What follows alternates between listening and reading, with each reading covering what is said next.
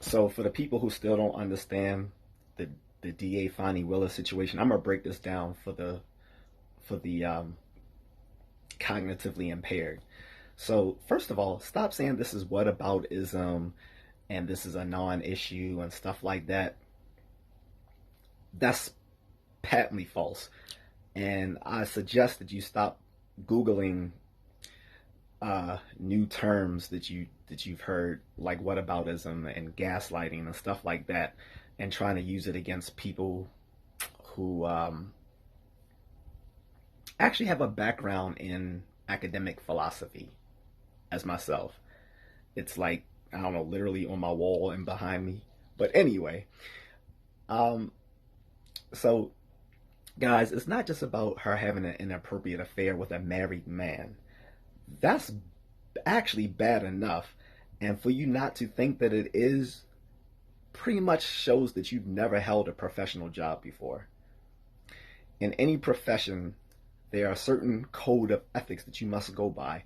Lawyers, in the legal profession, when you pass that bar, there are certain ethics, legal ethics you must abide by, or you will get disbarred. I've seen it happen to a family member.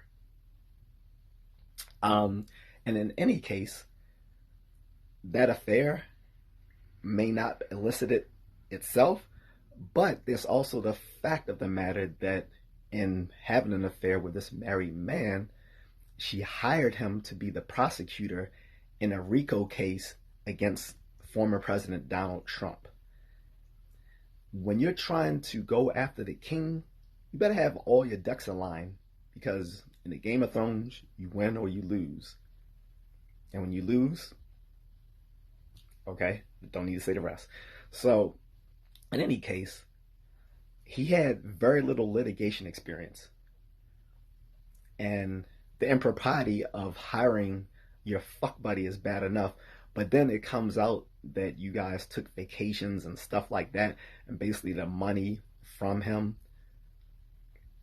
is given back to her as a kickback, allegedly. That's enough for disbarment. And on top of that, it comes out that she has misappropriated federal money for a federal grant. And she was let known by one of her staff who was really upset about it and saying, you know, ma'am, this something bad is going on. Of course, the staff member didn't know that where this was actually happening. She was letting her boss know what's going on. And Fani Willis thanked her for it. Then a few weeks later, she's just mysteriously fired. Okay. And from her campaign, she's using the money as as her personal finance money. Now, when you run a campaign and say you have extra after the campaign or you lose or whatever, you can't just use that money for your personal finances. It either goes to a future campaign, it goes, you can give it to someone else for other purposes, or you can do other things with it. But you don't just start spending it like it's your personal money.